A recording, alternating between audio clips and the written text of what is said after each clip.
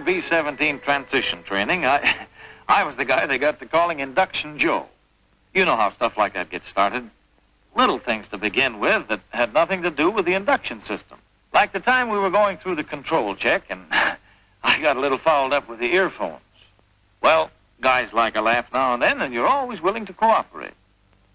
Take little things like that in your stride, and pretty soon they're forgotten.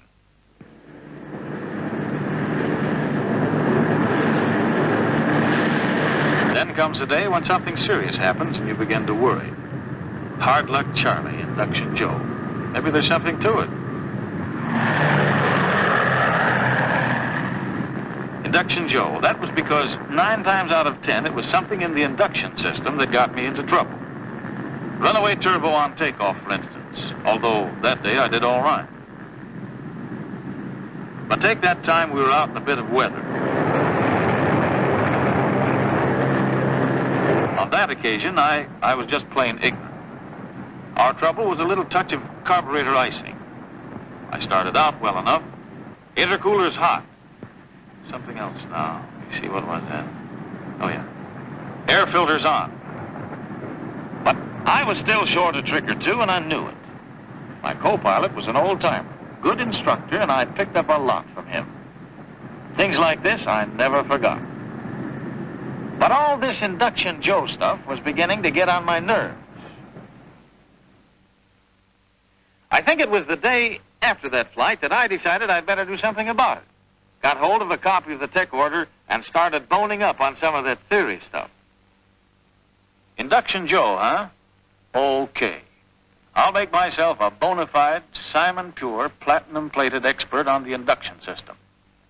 Of course, I'd never been much of a guy for book work, but with this, I stuck it out until I could actually see the whole business work.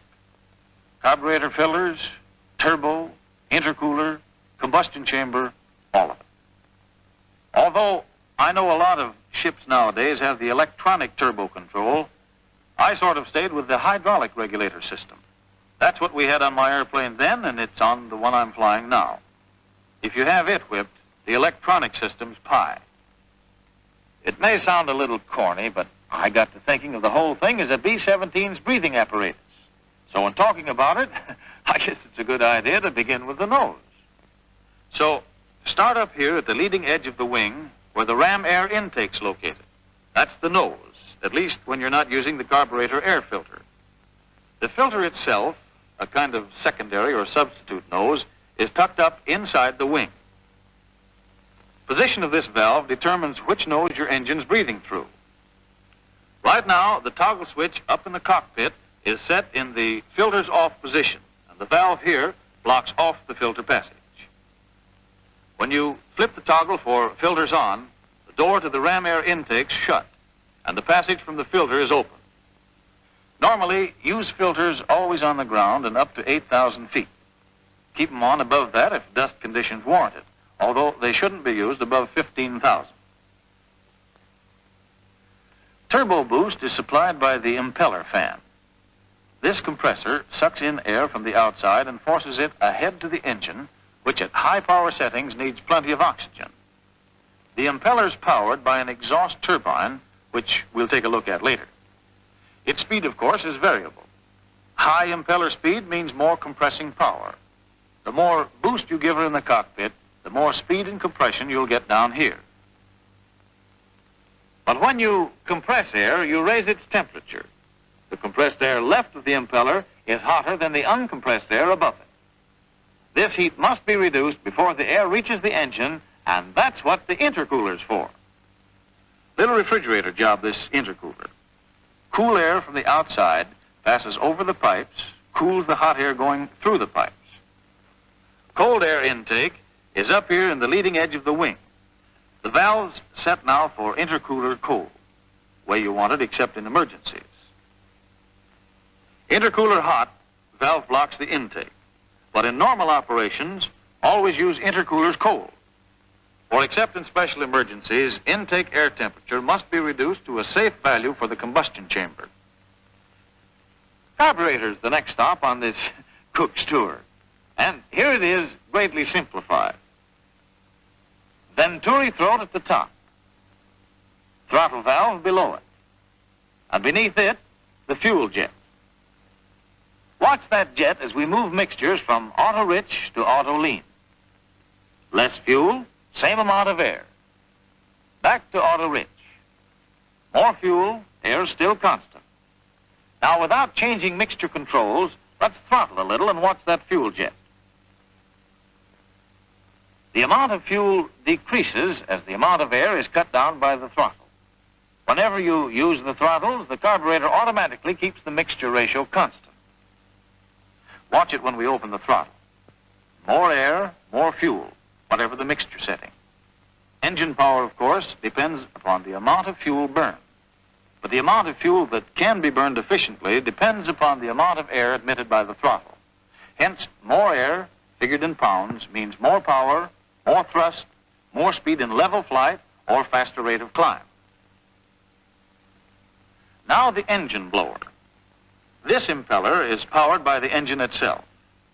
Shares with the turbo supercharger the work of delivering air to the combustion chamber. Speed, or compressing power, varies directly with engine RPM. The manifold delivers air to the cylinder. The barometric reading that registers on your manifold pressure gauge is taken here, between the engine blower and the combustion chamber.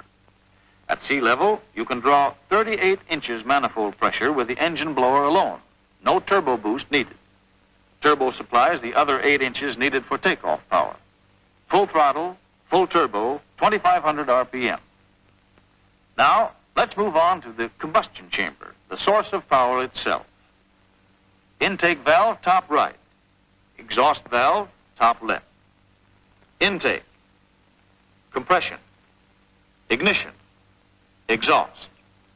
Intake. Compression. Ignition. Exhaust. Remember, power varies directly with the number of pounds of fuel-air mixture forced into the combustion chamber. That explains the importance of engine blower and turbo. The exhaust gases aren't wasted. They're used, as you know, to power the turbo supercharger here near the end of the stack. We've met the impeller or fan before. Stopped there early in the trip. The bottom wheel here is the turbine, similar in principle to a water turbine, with exhaust gas substituted for water. The turbo controls in the cockpit work through the turbo regulator to change the position of the wastegate at the end of the exhaust stack. In its present position, the wastegate is full open, meaning very low turbine speed, no turbo boost. When the wastegate is closed, it forms an obstruction at the end of the exhaust stack, and the exhaust, thus bottled up, must take the only other way out through the turbine nozzles across the turbine buckets, greatly increasing the speed of the turbo. When the wastegate is closed, or partly closed, the exhaust back pressure is greater than the outside air pressure below the turbine nozzles. It's this difference in pressure, or pressure differential, which actually powers the turbine and causes changes in its speed. Closed wastegate, high differential, high speed. Open wastegate, low differential, low turbo speed. The wastegate position perhaps has the greatest effect on turbo speed, but there's another influence also operating, engine RPM. Engine RPM, which you set with your prop pitch controls, determines the speed of the pistons. And, of course, when you increase piston speed, the rate of flow of exhaust gases increases. Obviously, this must affect the speed of the turbo, which is driven by exhaust gases. Let's look at it. Say that now you're turning a low engine RPM. Now, without changing the position of the wastegate, you increase engine RPM. Rate of exhaust flow is increased, and higher turbo speed results. That's worth remembering for a reason we'll see later. Now for the turbo regulator. Turbo adjustments in the cockpit are communicated mechanically to the regulator, which responds by changing the position of the wastegate. This hydraulic regulator does its work by means of engine oil pressure, carried to the regulator by a pressure line and a return line. Loss of oil pressure naturally means loss of control over the wastegate. The exhaust balance line provides the regulator with a means of automatic control over the wastegate. This line carries exhaust back pressure to the regulator. Any change in exhaust back pressure here in the stack is communicated directly to the regulator, and the regulator readjusts the position of the wastegate to restore exhaust back pressure to its original value. Remember that your turbo setting in the cockpit is simply a command to the regulator to maintain a constant gas back pressure in the exhaust stack. Manifold pressure may fluctuate at any one setting, but exhaust back pressure will stay constant. Well, that's the way I got to seeing these things after I'd boned away at them a while. If I'd been up on this business right from the start, I'd never have pulled the boner I did once during the mag check. I was doing all right up until then, too. Manifold pressure to 28 inches and both. Left. Yeah, something wrong, all right. Turbo's on during the mag check. That's a bad deal, and I was old enough to know better. But I went on with the mag check, hoping I hadn't wrecked anything. And of course, it was all right when I ran it up to full throttle. But I was way short on turbo boost. The flight was off that day. It was back to the hangar for us, a good burning out from my instructor. Here's what he pounded into my head. Turbos on during the mag check means wastegates closed during the mag check. And, brother, if there's any possibility of an exhaust backfire, the closed wastegate situation is just about as sensible as this one.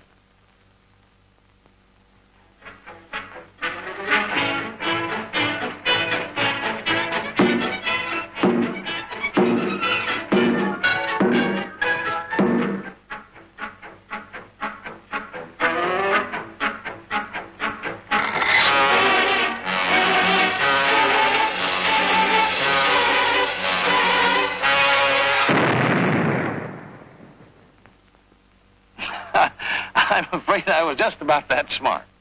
For closing up the stack with the wastegate during the mag check is every bit as dumb. If you get a backfire, your exhaust stack will make like a cannon. And you're all set for a beautiful backfire during the mag check if only one of your 18 spark plugs in one engine is fouled, as the right one is here. The left plug is carrying the whole burden of ignition in this cylinder. Fouling of plugs, of course, is most likely to occur in the lower cylinders. Now, with the right plug fouled, you're obviously getting combustion in that cylinder on both. And when you switch to left, the situation's unchanged.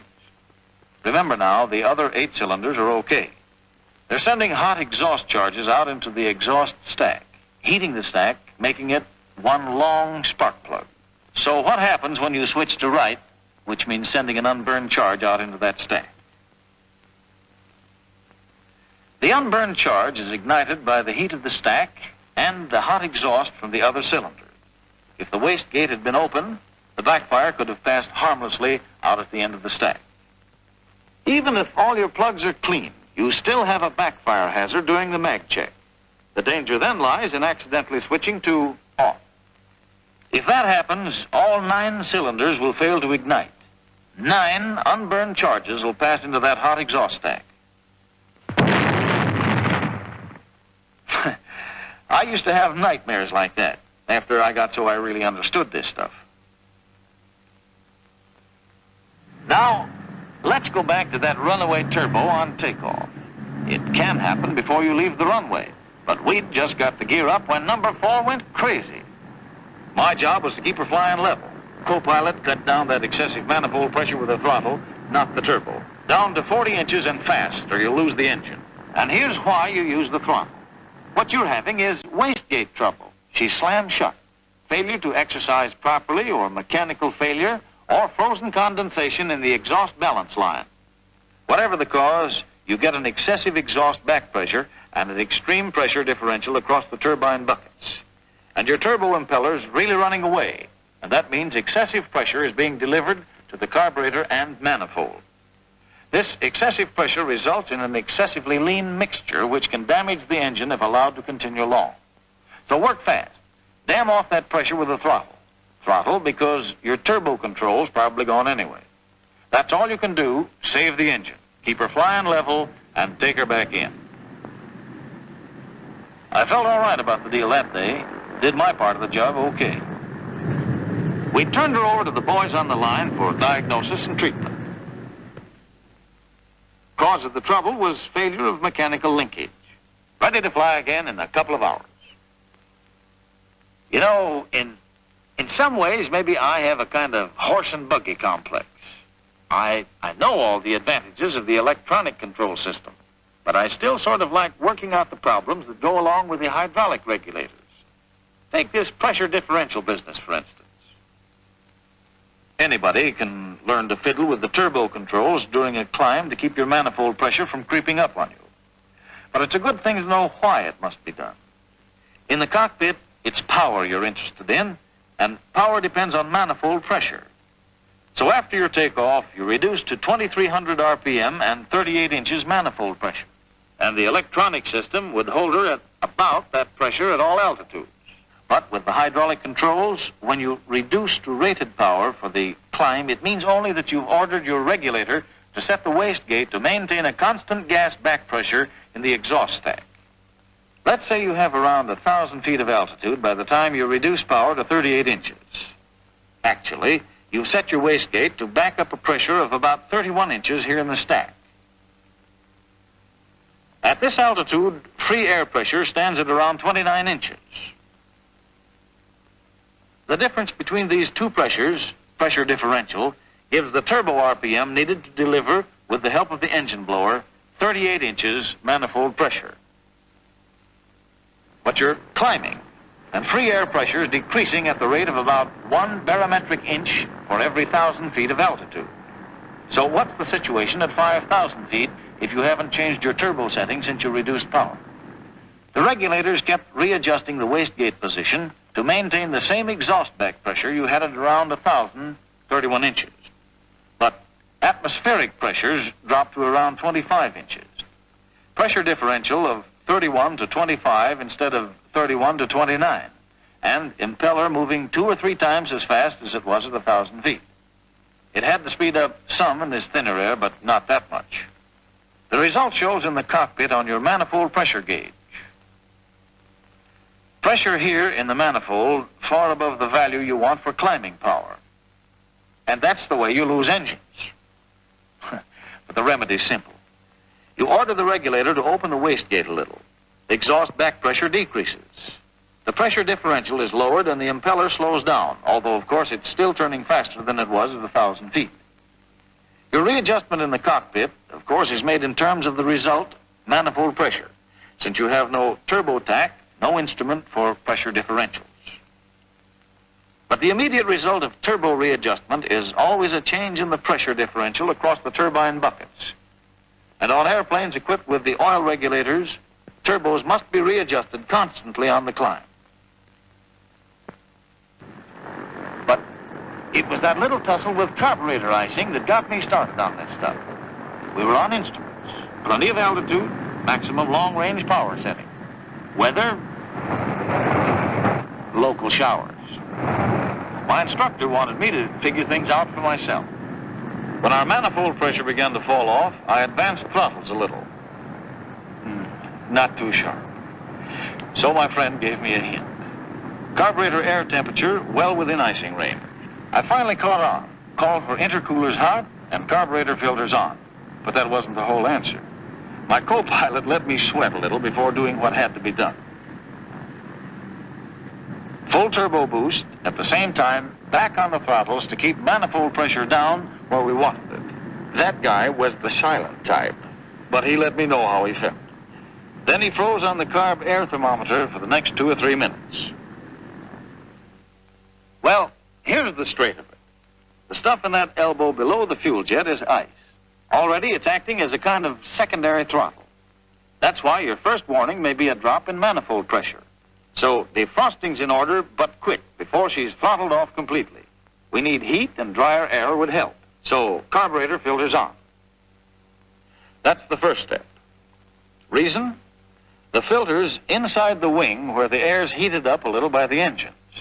Air in the wing's a little drier than outside air, too. But maybe that isn't enough. So, what about intercoolers hot? Okay. So you shut off that cold air from the outside. Just where will it get you? Suppose you're flying at an altitude where you don't need any turbo boost to maintain the manifold pressure you want. engine blowers carrying the load alone. The turbo impeller is loafing, little or no compression taking place here, and as a result, intake air temperature is not raised noticeably. So the intercooler's hot trick isn't accomplishing a great deal, for remember, the intercooler cools only. It isn't a heater. In the hot position, it simply stops cooling. The carburetor's still in the jam, and so are you. The idea is to turn on the heat. And you have a nice fire laid right here, ready to touch off. Give her some turbo, increase turbo RPM, turn on the heat. That gives you a higher rate of compression and raises intake air temperature. That hot intake air is being sent on to the carburetor without intercooling. However, in raising air pressure, we've also increased power, and that we don't want. So, we'll cut down that extra surge of power, manifold pressure, with the throttle. Get it down to the correct cruising value. But that, of course, cuts down pressure only. We're still getting heat in here to the ice. Result, spring thaw. And, of course, we've been a little slow about it. When you have icing conditions, use these tricks as precautions against icing. Don't wait until you're actually in trouble. And here's another trick. Under certain flight conditions, the wastegates may be nearly closed even though your turbo controls aren't all the way forward. So when you give her full boost, the increase in turbo RPM may not be great enough to give you the compression heat you need. But usually with this turbo condition, you'll be turning a fairly low engine RPM. In this case, we'll fall back on something we learned earlier, the fact that an increase in engine RPM also increases the rate of exhaust, which has the effect of speeding up your turbo. In other words, if you can't get the turbo compression heat you need with the turbo levers, you can fall back on prop pitch and get out of your jam that way. It's a good idea to consult your tech orders for the amount of turbo boost it's safe to use for this job at various altitudes. At high altitude, you have some other induction system problems to worry about. I don't think I ever put on an oxygen mask without thinking of carburetor filters. I suppose because the filter's a kind of a mask. But it's the kind that's hard to breathe through. A dust mask tied in a way of speaking over the airplane's nose. Silly, isn't it? But it's pretty obvious that intake air has a harder time getting through this filter than it does through the ram air intake. That's why when you turn filters on, manifold pressure falls off about 1.5 inches. Filter has a throttling effect, and your reaction is to give her a little more turbo. That, of course, increases turbo speed. And the turbo has a top critical RPM beyond which it isn't guaranteed structurally. If you're climbing to high altitude, carburetor filters put an extra load on the turbo that will force it to exceed its critical speed long before it should, probably at around 20,000 feet. There's another neat way of doing that, too. Open up a hole in the high-pressure side of the system. Flak's good for that, or a pre-ignition backfire will do the trick. Too rapid throttle action before the engine's warm can cause such a backfire. Whatever the cause, you will probably keep increasing turbo boost as you climb to altitude to maintain the 38 inches you need for rated power. But now you're trying to supercharge the whole substratosphere. And again, the turbo will exceed its critical RPM long before reaching 30,000 feet. Just when will depend on the size of the hole that's opened in it.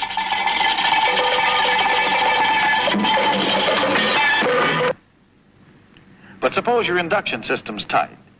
You get your filters turned off at the right time and reach 30,000 as you should without trouble. If you had an instrument for practically everything, you'd find an induction system situation something like this. Manifold pressure, 38 inches.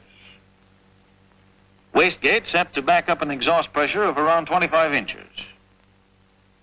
Outside barometric pressure, approximately 9 inches. Pressure differential, 25 to 9. Turbo supercharger has reached its top safe speed. Outside air at 9 inches pressure is sucked in by the turbo impeller and compressed to 26 inches. Outside in the weather, it's 48 below. Brass monkey situation. But turbo compression makes it cozy in here. Too cozy for comfort. Downright tropical. The intercooler puts it back in the temperate zone. Passing through the carburetor venturi cools it off some more. Not enough humidity at this altitude for icing trouble. Lost a little pressure on the way. It was 26 inches back there between the turbo and the intercooler.